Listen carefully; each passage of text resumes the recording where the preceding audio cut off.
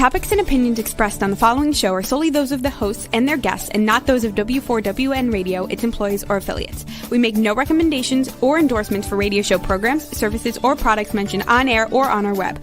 No liability, explicit or implied, shall be extended to W4WN Radio, its employees, or affiliates. Any questions or comments should be directed to those show hosts. Thank you for choosing W4WN Radio. Are you ready to take a journey? Let's connect with the healers of the world. It's that time. It's time for the Language of Healing on W4WN Radio and Talk 4 TV. Now here's your host, Dr. Nicole Fortin. Hey, everybody. Welcome to the Language of Healing on W4WN.com, the Women for Women Network, and a few select awesome men, of course, because we make the world go round with our differences and similarities. Today, we're talking about how music and pop culture brings us together and how they act as the unofficial therapists of our life in times of joy, times of sadness, grief, anger, frustration, all of the above. We can find solace and release through things like coming together for music and all of the pop culture fandoms that we have around. Some of my favorites we'll get into, and we have a very special guest. Actually, today we have two legends in the industry, so I'm very excited to be having this discussion and conversation. So before we get started, I just want everyone listening and tuning in live or on the replay to just take a nice deep breath in and feel grounded in your sit bones and get ready for an adventure and be curious and open to new insights and fresh takes. This is the time of year, we're end of October already, and this time is like Halloweeny, or the Dia de las Muertes. It's like the veil is thin, they say. So between the worlds, physical, non-physical, and so this is a time where like anything can happen. Be open to fresh insights. Explore your dreams, explore what your intentions might be for this coming season and into the new year, and really discover what brings you joy. I have to remind myself of that. Sometimes I get caught up in life and I'm rushing and from one thing to the next, and it can feel busy, a little overwhelming, a little distracted, but I always joke around, well, joke, not joke, but that the only rush you need in life is the sweet sounds of Neil Peart, Alex Lifeson, and Geddy Lee. And this is Rush. I'm part of the fandom. So here we go. Let's bring on the man, the myth, the legend, Dean Piper himself, aka the Pipe Man. You're absolutely correct. I am a legend in my own mind. 100%. And I have our first trivia question for our guests, and so I'm going to give him kind of a break. He'll have time to think about it. Okay? So we need to know the name of the person that was doing the introduction there with the disclaimer, the one before the music came up. Hint, she finished in the top 12 on Team Blake on The Voice. That's all you're getting. Okay. And so now don't Google it. I see him backstage trying to Google it. Don't Google it. See, I'm looking down there. I don't know if he noticed, but he just noticed that I'm looking down there, but I don't know if he noticed. But while you were talking again, I was trying to throw you off. So I was like waving, but then I just started hitting my head with my mic. Okay. And is that how you wake yourself up? You get yourself psyched up? No, I just wanted to distract you because that's fun. Like you talk about having fun. You told us to have fun. That's my idea of having fun.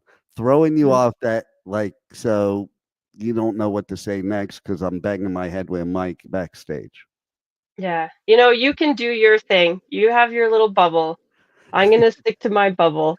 And the bubbles can come together for fun adventure time. And I had a choice I had to make tonight after this show. Yeah. So there's a band you're familiar with that I am going to cover today at one of my favorite venues here near me. Strangely enough, I'm going to do a show near me that I can drive to in 10 minutes instead of fly across the world for. But it's at Respectable Street in West Palm Beach, and Silly Goose is playing there. Nice. And for those of you who don't know you got to check this band out. They crashed a Louder Than Life festival playing in the parking lot, and Danny Wimmer found, it was Rockville, and Danny Wimmer was sitting out there, just watch him, didn't bust him, just watched him, and then they played on one of the real stages the next day, and they've been in multiple Danny Wimmer festivals since, including Aftershock, including Louder Than Life. And then after I got on the guest list for that one, I noticed there was another show at the little amphitheater near me. It's the Abacoa. It's like the little town amphitheater. It's the same band that I saw as my first show coming out of COVID, like the first live show. And I remember it was at the same amphitheater. I'm like, why is this band playing at this amphitheater, especially right after COVID? Because I was standing backstage, looked through the stage. I'm like, yeah, I'm not going out there. It looks like a petri dish out there. Because it's hot and sweaty in Florida, and people were sandwiched up against each other. And the two bands that were playing should never be playing in a local amphitheater like that. Well, one of those bands is doing one of their final shows ever. And this is probably their final show ever in Florida for sure. Right here in my backyard. I'll miss that one probably unless I leave the other one and go. We'll see what happens. I might do two shows in one night. We don't know. But there's like 5 bands at the ones I'm playing at. So it's Sublime with Rome.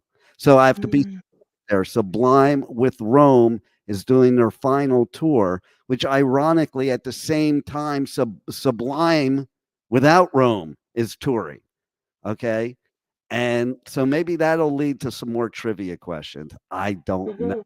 But yeah, Sublime's there tonight. Cool. And like literally, I told my brother about it. He's like, is it a paid event or a free event? Because a lot of times they have like the free tribute bands there at this amphitheater. And I'm like, no, it's a paid event, but I can guarantee you could just stand right outside the fence and hear it and see it perfectly. Because how they going? I've been there before when they do that. How do you block people off? You can only block them from like the grass area, but you can't block the whole town. So why don't you bring a guest on now? Yeah, okay. Now that we gave a bunch of information that may or may not be a trivia question today.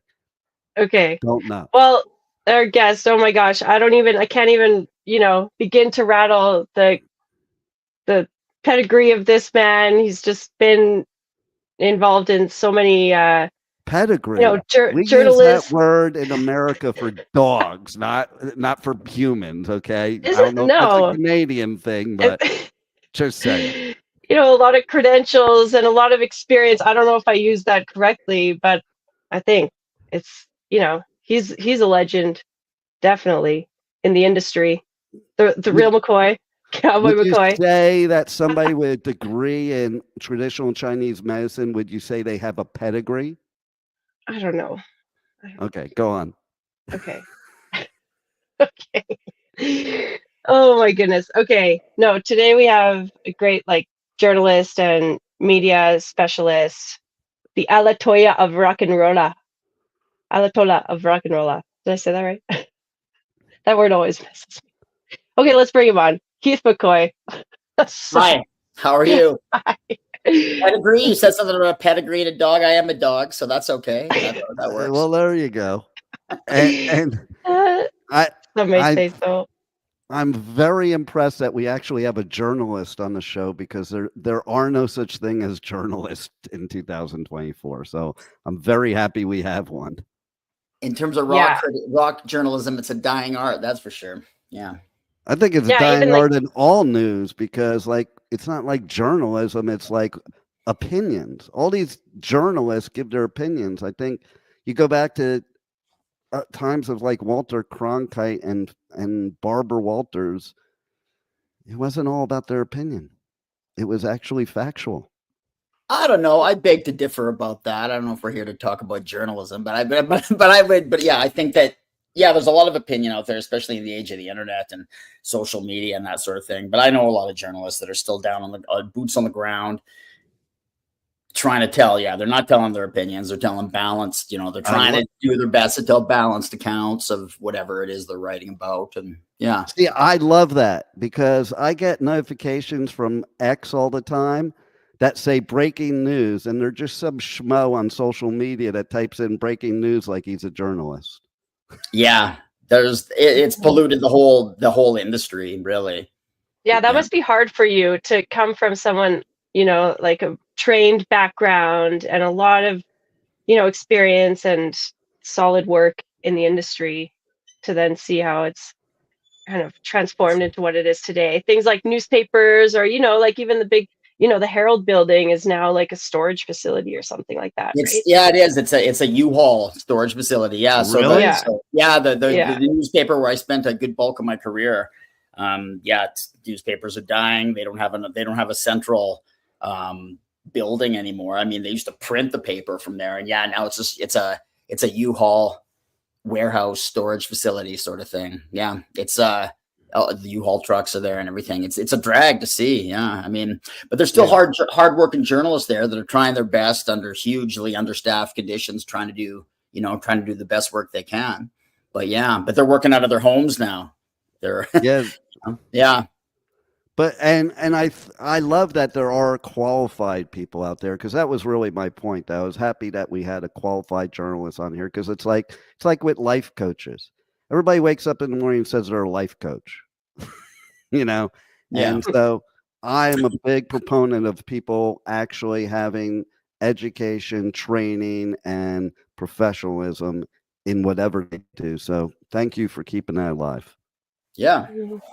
Yeah, and it's kind of cool now, Heath, like you've come from this background with the journalism and like a rock critic, and you've had tons of opportunity with there, but now you're doing a lot more podcasting, because that's kind of the way that news is being spread, and opinions and thoughts, ideas, insights are being shared. Mm-hmm.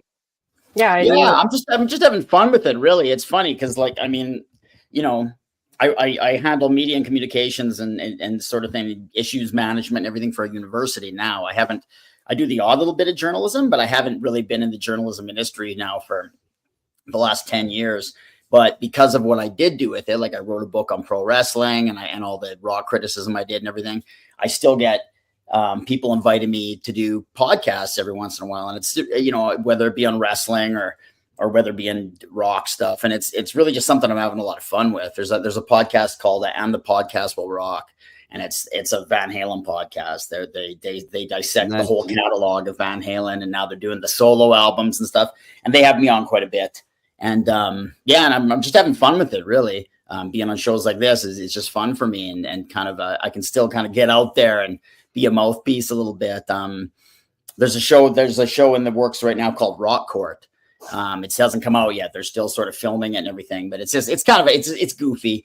But basically, you argue. They take a point, you argue a point in popular music, sort of thing, right?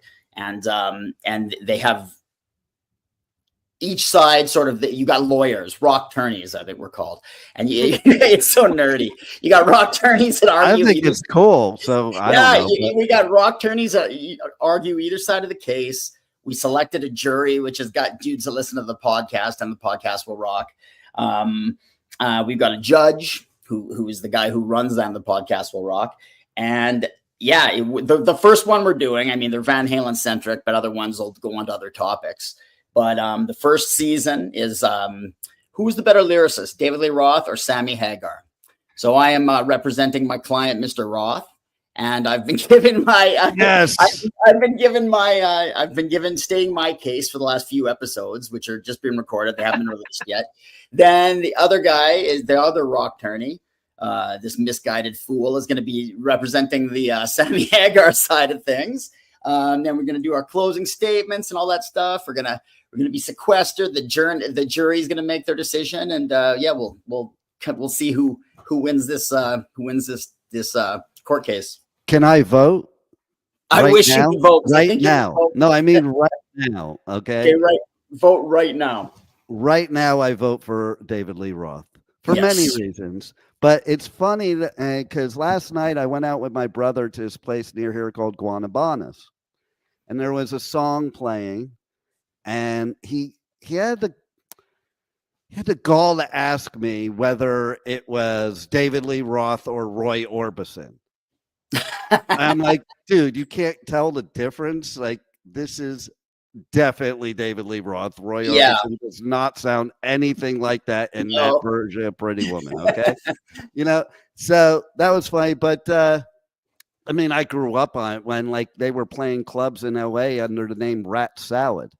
But I have a very funny David Lee Roth story for you that you might love. And I happen to think he is probably the best frontman ever in music, and just how he is with everything. It doesn't mean you have to be the best lyricist or the best singer or the best that. It means what you do with the crowd is what I was saying. So I was at the US Festival, 1983. Beautiful. Nice. And so of course Van Halen. It was pretty funny. They headlined Heavy Metal Day. They wouldn't even make the cut today in Heavy Metal Day, but they headlined it. So it was funny. I'm sitting there with 300,000 of my closest friends watching Van Halen. And Eddie starts his song, and he's looking over at Dave because Dave's not singing. And all of a sudden, this is what makes him the greatest frontman right here. I know what you're going to say. Yeah. I know. He goes, I fucking forgot the words. And it was epic that he just said it. And then the whole crowd cheered. And then one guy heckled him. One guy out of 300,000 people. And he turned to him and he goes, hey, I'm going to fuck your girlfriend. Isn't this a show about women? I know, right? The 80s. Yeah. Like, hey, he would be canceled probably if he was starting off. He would be canceled for so many things. The cover of Eat 'Em and Smile, he's essentially in blackface. Like, he would be canceled for everything that he did, Like, yeah. I think he said once in an interview, he said, I was sexually inappropriate with an entire generation or something. Like, he still got the lines, That's so true too. Yeah, he's one of the greats. He in his prime, he was one of the greats. I don't know what the hell's happened to him now, but he was one of the greats for sure. Yeah. And on the going on the either side, like I like Sammy Hagar as Sammy Hagar. I was never really a Sammy Hagar Van Halen fan, not because of Sammy Hagar, just to me, it wasn't Van Halen, even though they sold a lot more albums after, but that's not true. That's a myth. That's a myth. Okay. Let's talk about that. They had more number one hits with Sammy Hagar. They're more of a mainstream band. They had number one albums, which they didn't have with Roth. They would have. 1984 got held off by Michael Jackson, and there was nobody that was going to overtake Michael Jackson. Right. The Thriller album. But if you look at like two albums alone from Van Halen, Van Halen 1, the first one, and 1984, they both went diamond platinum. So with over 10 million sold. They outsold the entire Sammy Hagar catalog just with those two. Nice. I mean, they had 6. The original band had 6 albums as opposed to Hagar's 4. So you got to take that into account. Like, of course, they sold more. But even if you take those 2 records, they outsold the entire Hagar catalog. There you go. Yeah. Well, look at that. And I did go to that tour where they had both Hagar and David Lee Roth and did 2 sets. That was a trip. Yeah, that would have been a trip. Yeah, who won? Who was better in your mind? It's David Lee Roth. I'm like team David Lee Roth Van Halen all the way. And nice. Sammy Hagar is great at what he does. I just didn't think it was Van Halen. Nice. In my opinion. You know, we're talking here about we're going to be talking about the healing power of music. And that's a perfect example. My relationship with Van Halen is a perfect example of the healing power of music for me. I discovered Van Halen at the age of 13 when Jump came out, when 1984 came out. That was because that took them to the next level. You know, they were sort of, that made them more of a household name. And I was just a kid. I was at that right age when you're just discovering music. And I don't know what was up with me at the age 12, 13, but I was this, the puberty gods were like 3 years off from visiting me yet, and I was just this nerdy comic book kid. I grew up in a fairly rough neighborhood, so I was in constant fear of getting my ass kicked. And I was just, I was kind of like depressed. It's weird to think of a 12, 13-year-old kid, or at least then it was weird to think of a 12, 13-year-old kid being depressed. I think now we understand that happens, right?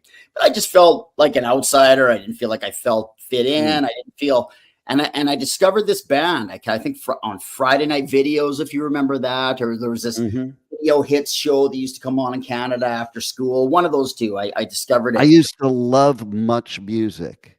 Oh, I watched that more than MTV or VH1. Cool. Yeah, that's like that. Like, speak of like cultural, like fandom. Like that was a very significant, staple.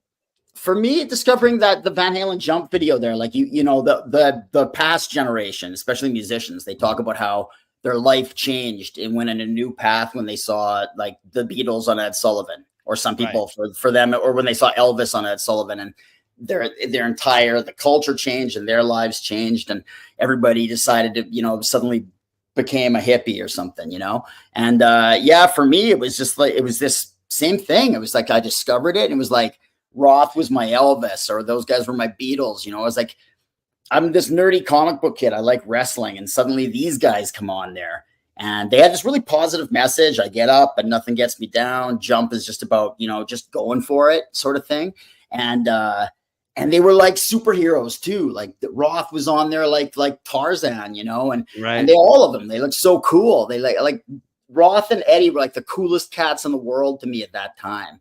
And the song spoke to me, and I love the energy of it. I love the power of it. And it was just like, I felt like I kind of reinvented myself almost right there. I became like a different kid. I was like, I identify as a rock fan now, and I don't care if I don't fit in. I'm like, because that's one thing about hard rock and heavy metal too. It's very seldom is it the cool kid music. Usually it's sort of something that the outsider kind of kid. We're all the outsiders inside.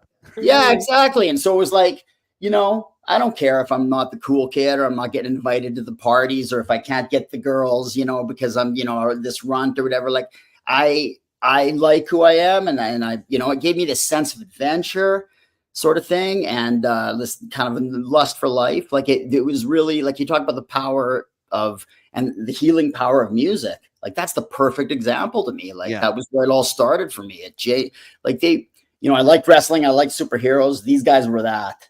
And they had this message, and it was transformative for me. And plus I love their music, and I still do. I listened to Jump before we came on here. It inspires me. Nice. So, I think that happens with everybody. I think I hear that story so many times of, you hit a certain age, you have this one experience that just changes it.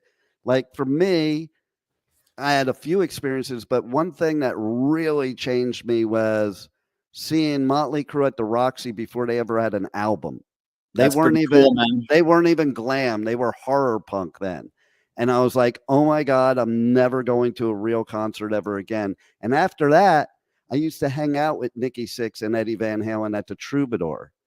And I got stories. I bet you do. I bet you do. They might not be appropriate. You're on a women's network. Yeah, they might not be appropriate for the women's network for sure. So I'm going to ask you a question too, since you're into wrestling. So what's your opinion of Fozzy? Oh, Fozzy. Yeah, I know Chris a little bit, so I've interviewed him and stuff. Me too.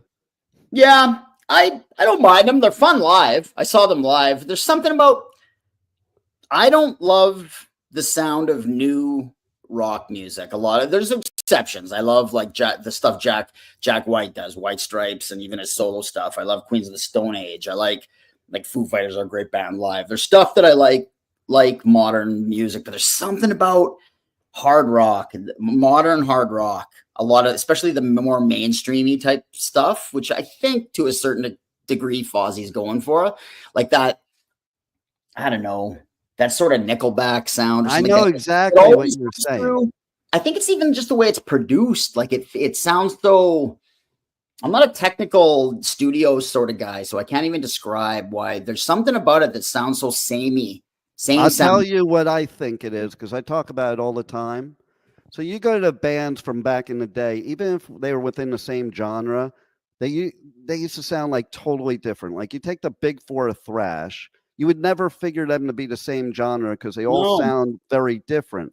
I think nowadays, a lot of times at hard rock and metal, there's this like algebraic equation, I call it, a formula that they use. There was no formula back then. So people were just creating and experimenting. Now there's a formula, and that does make a lot of them sound the same. And also the way the recording methods are today, right? Like it's just so digital and so Pro Tools. And even whereas back in the day, like, you hear stories about, the Beatles and all the experiments they did in the studio and everything, or even Judas Priest for the song United off of the British Steel album. And I think aren't they crashing something together or something to make that sound like right now that would be done on a computer basically. And, and it takes, there's some kind of vibrancy that's lost now, I think. And I don't, I like Fozzy. They're fun. But I don't think the songwriting speaks to me that much or anything, but maybe it's not,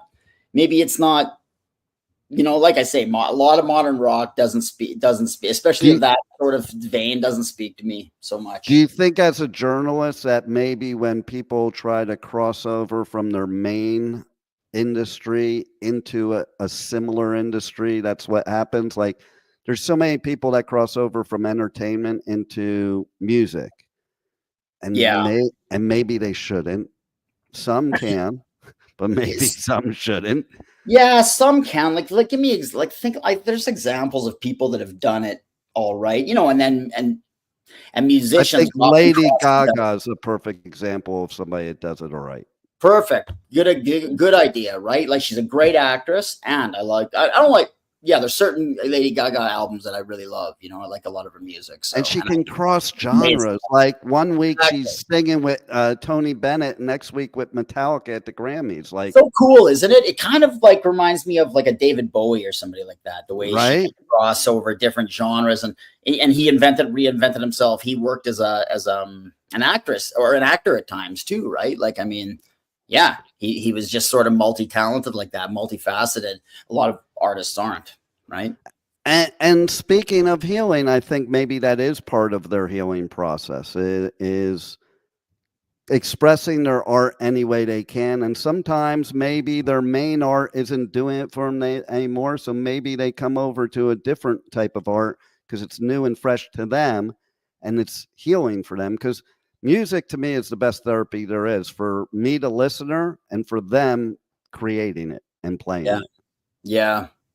I think that they're like they might have that performance like personality, they could just, put on a good show or how to engage a crowd, or engage an audience. Mm-hmm. That's a skill that I think could be, I'm always there's a lot of musicians that wind up like they got I wouldn't even call it a side hustle, because I think they do it. They don't do it as a hustle. I think they do it because they're genuinely passionate about it, and they paint on the side. Like they got their own art. Like Paul Stanley does it. I was just gonna say Paul Stanley. Yeah, Ron Wood does it, and I don't love Paul Stanley's stuff, for example, and maybe I haven't seen enough of it. Ron Wood's is okay.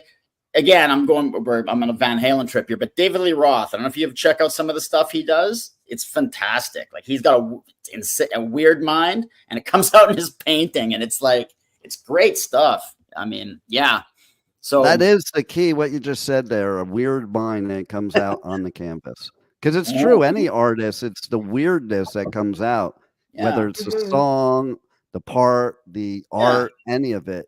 Or like 56 has become an author, and a very good one too, I think, like, he was also a great radio show host. So like that's a lot of times those are two different personalities for sure. Totally. And Nicole, who Neil Peart became, like, he's a great literate guy, and he wrote, I read, is it called Ghost Rider, the first one? But he had other books too, and I read only a little bit of Ghost Rider, but it's very good. He's a good writer, and it's not surprising if you look at his lyrics. Yeah.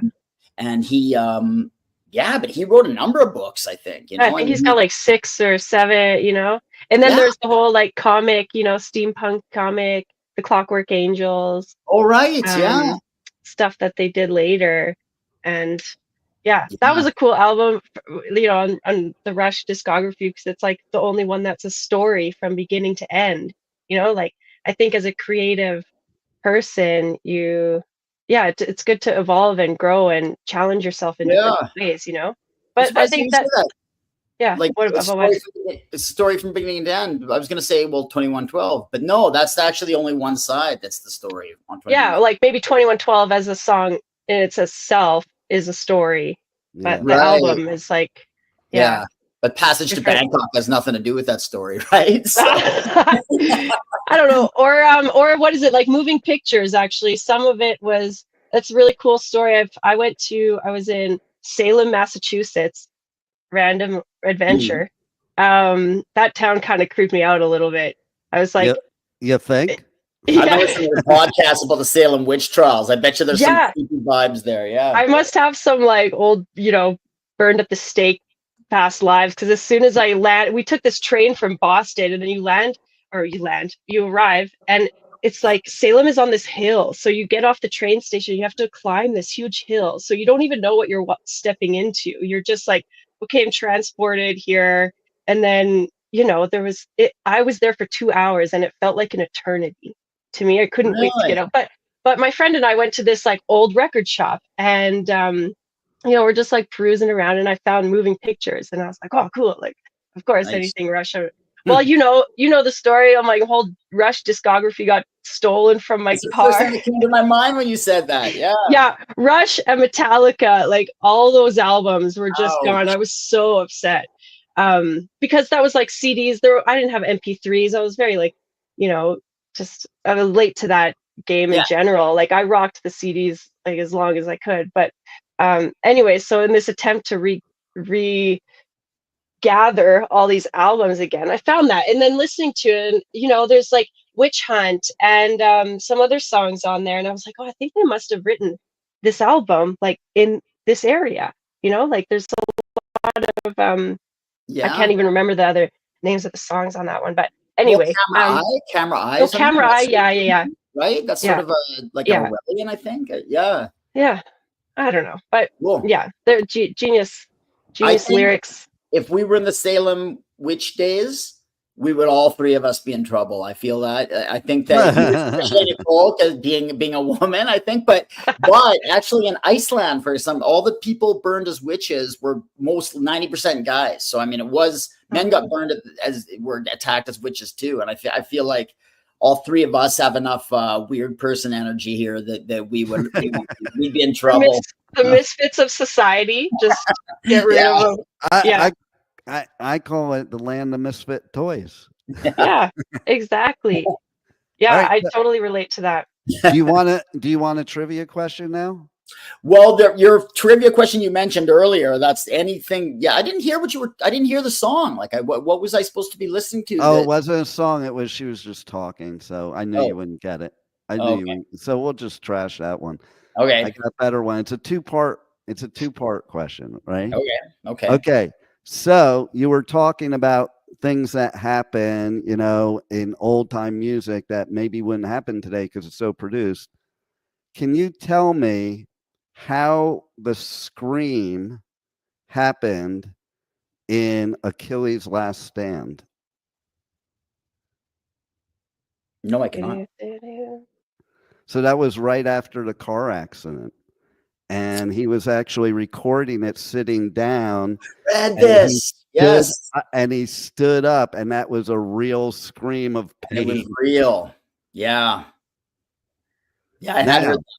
That's crazy. Now, the second part is a trivia question for Nicole. Okay.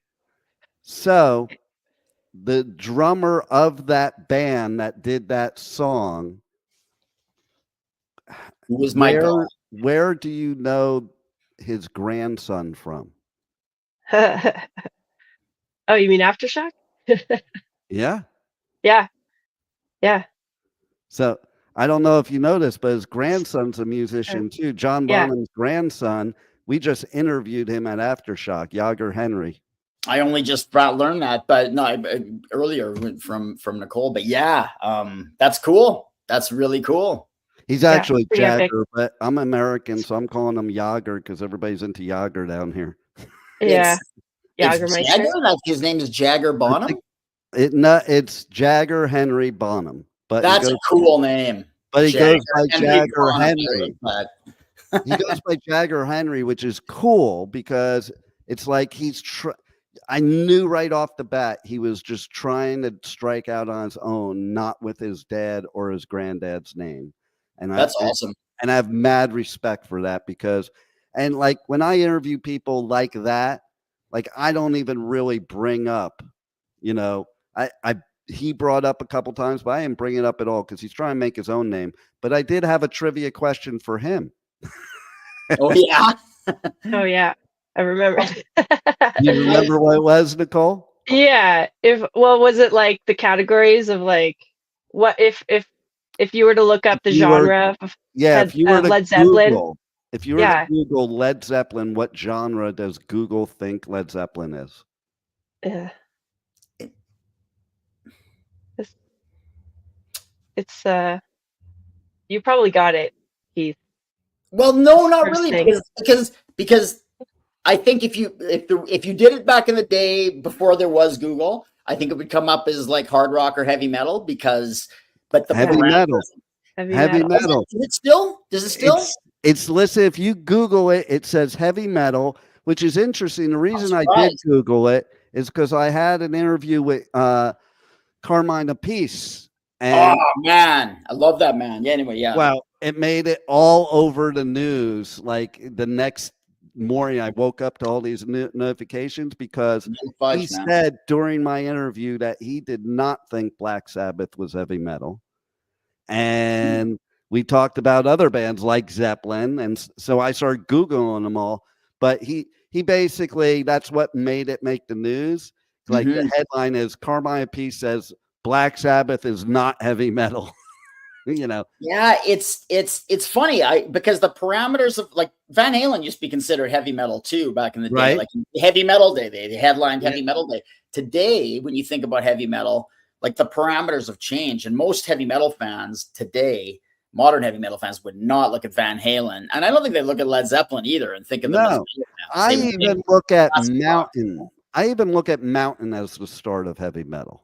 Oh yeah, or Blue Cheer, even like that, But the healing power, drums. Like because I'm a drummer, maybe, but I respond. Like I find a lot of healing in different drummers and the way they speak to me, And Bonham is like he's my god as a drummer, and I don't know. There's just this. That is a man who speaks to you with his. Even when he's playing something basic like the beat of Kashmir or something like that, like that, or when the levee breaks or something. There's something about it. There's just a raw energy and a sexuality about him, about the way he plays, and I mean, it just makes me feel. It just makes you feel powerful or free, or it animates you somehow, like. And different drummers then turn me on differently. Like I'm a huge Who fan, and the way Keith Moon plays. Brings out inner like chaos, right? Yeah. It's so funny. It's so funny you said that, because when you started talking about Bonham, Keith Moon came into my head. And I was waiting to say something about Keith Moon. And man, or Ringo Starr. Like, and it's a lot of it sometimes is the way they mic their stuff or whatever. But Ringo Starr makes me feel like warmth, you know. There's a warmth. Like you listen to his toms on "Come Together," and there's like a warmth to them, you know. It's like, and a lot of his playing, it's just he plays what's good for the song, but he's so creative with it. And with him, it's like warmth, you know. I mean, just so it's funny that the way different. It's because I'm a drummer, I suppose, but different beats really. We might not have ever heard of the Beatles if Pete was still in the band. That's right. No, absolutely. Chemistry, right? Like bands have a chemistry. It's why, and even the chemistry changes. Like it's like when Black Sabbath got back together with Ozzy, and it's like it could never. And that album they did with Rick Rubin, it was okay, but they weren't going to recapture the magic because like the dynamics have changed, right? And people change, and like. Suddenly Ozzy comes in and he's got the clout in the band because he's the guy who had the huge solo career, right? But back in the day when they recorded, like Ozzy didn't have that at all. Like Geezer wrote the lyrics and Tony was the guy who was who was the riff machine, and they were the boss of the band.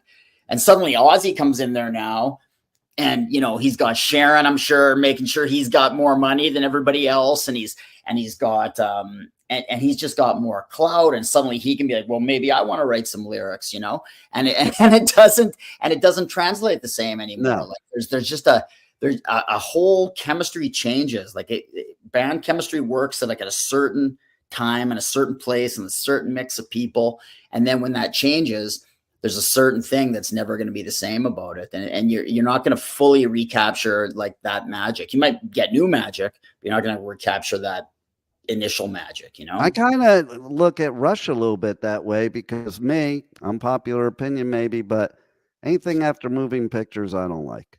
Oh, really? Like because you don't like the synth? Because I don't know, because they changed who they were in a lot of essence probably. And very much when you're used to somebody, like I started off with Rush with like Bastille Day and the original stuff. Yeah. You know? Yeah. And so I think that's true of a lot of bands for me. Iron Maiden, same thing. You know, totally Iron Maiden. Yeah, Bruce is great, but Killers is the best Iron Maiden album one of the best metal albums of all time, in my opinion. You know, well, I gotta.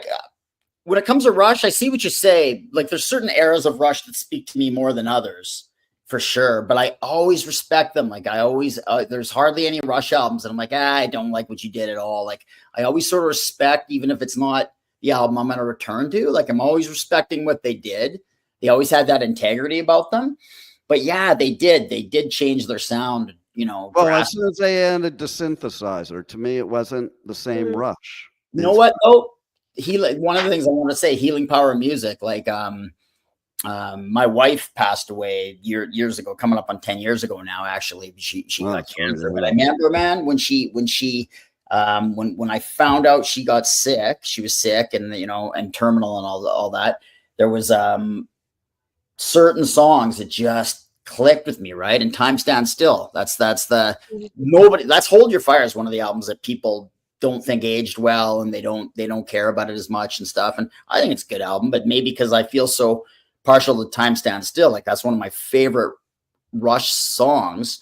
And I think it's maybe just because I think it's really catchy. I love the Amy Mann's voice and stuff, but I like it. Just something about that lyric that just spoke to me, right? That whole freeze this moment a little longer, like capturing a moment in time and wishing that it could just not change and sort of, you know, and it's some moments in time that are sacred to you and stuff. So there's a healing moment right there. And I can't listen to that song now without having that kind of special connection to it. Right.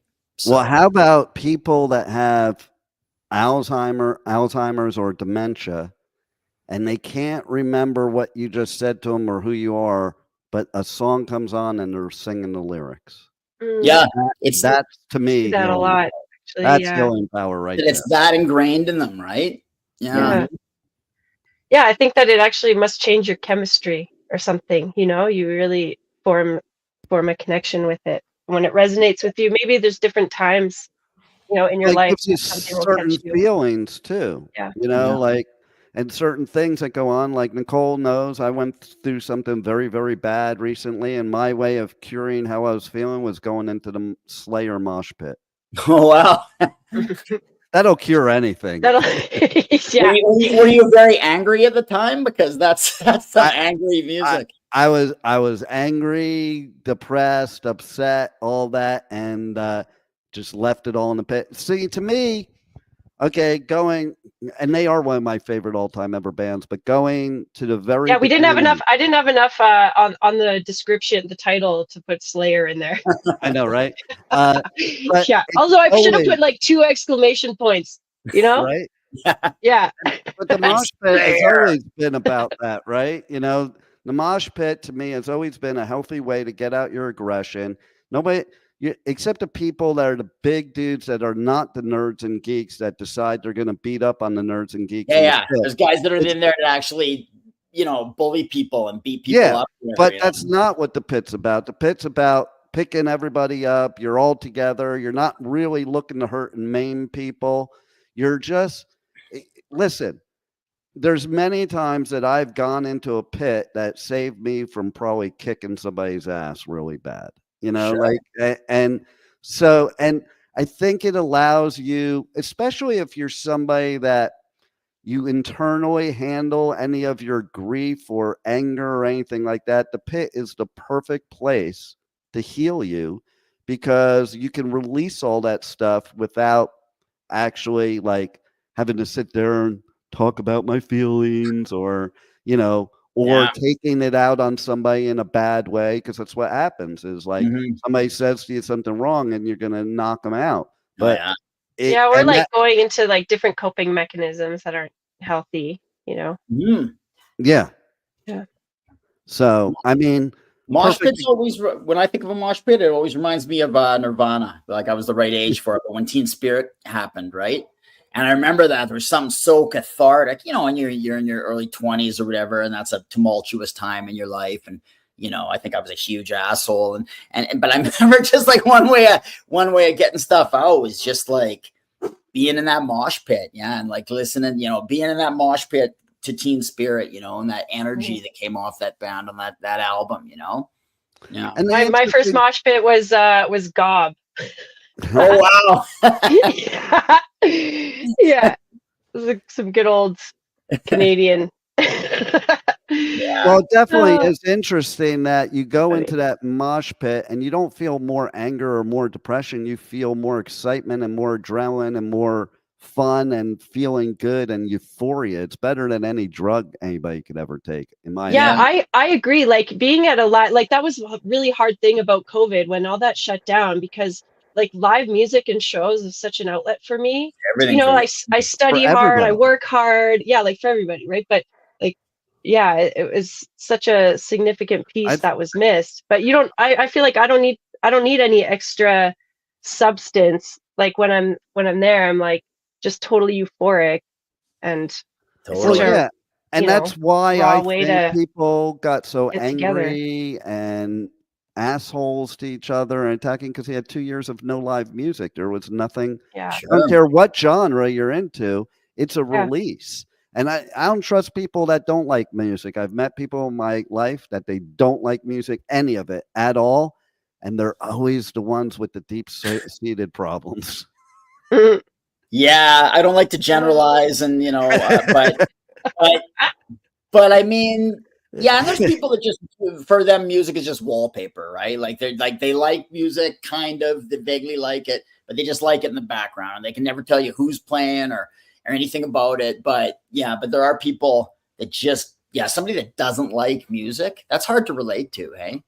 Like, really? Not to like any music, like not one song ever hits Nothing you. speaks to you. Like you're a sociopath then. You have no soul. Yeah. Do you ever have music that when you first hear it, you don't like it? Like something about it doesn't Back in Black. It doesn't work. Yeah. Back in Black.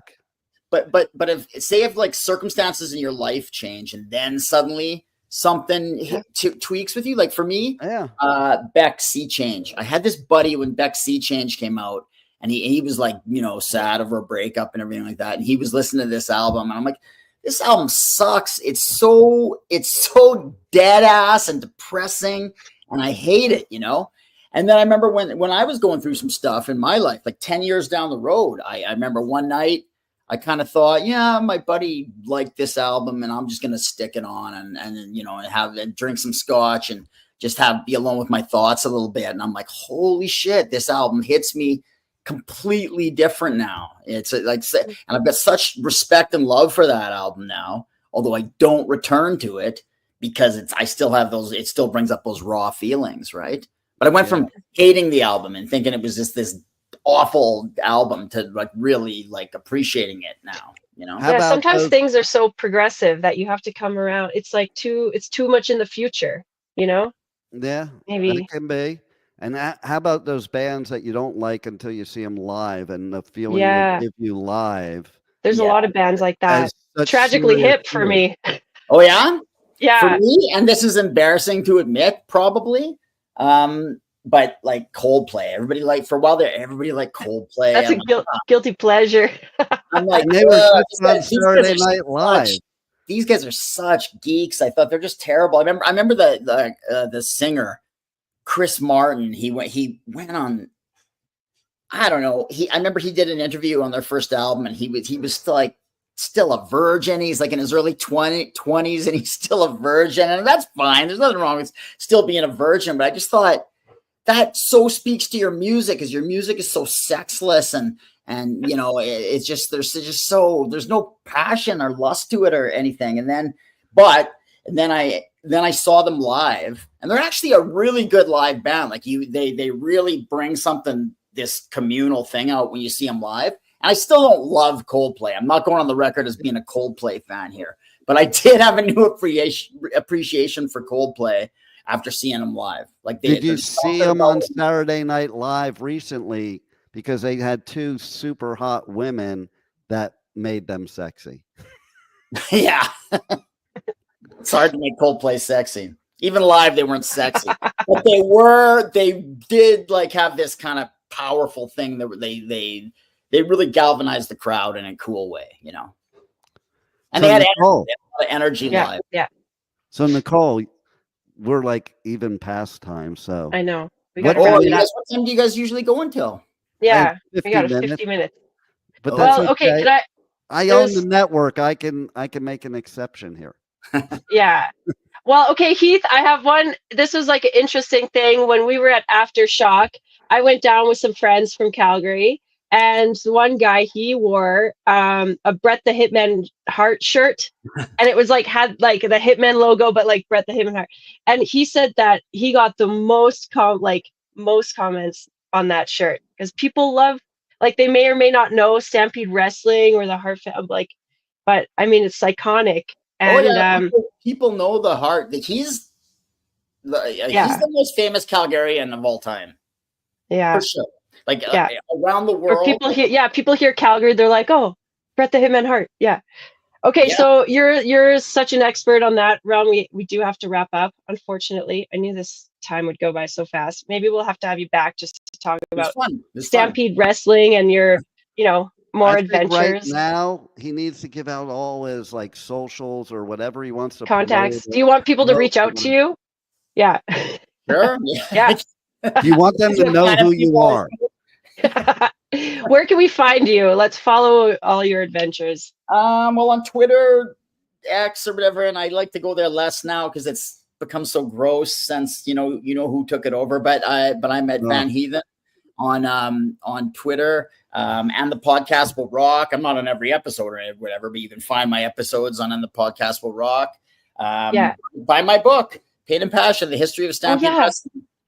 I meant to have that up here. Okay, we'll put some links. Yeah, your book, your podcast. You were also on Rush Rash. Yeah, I was on Rush Rash. Do you hear it yet? I love it. Yeah, really cool. Like they're cool. That's a cool show. I forgot to mention that one. That was a ball being on that show. So Pain and Passion: The History of Stampede Wrestling. You can get it on Amazon.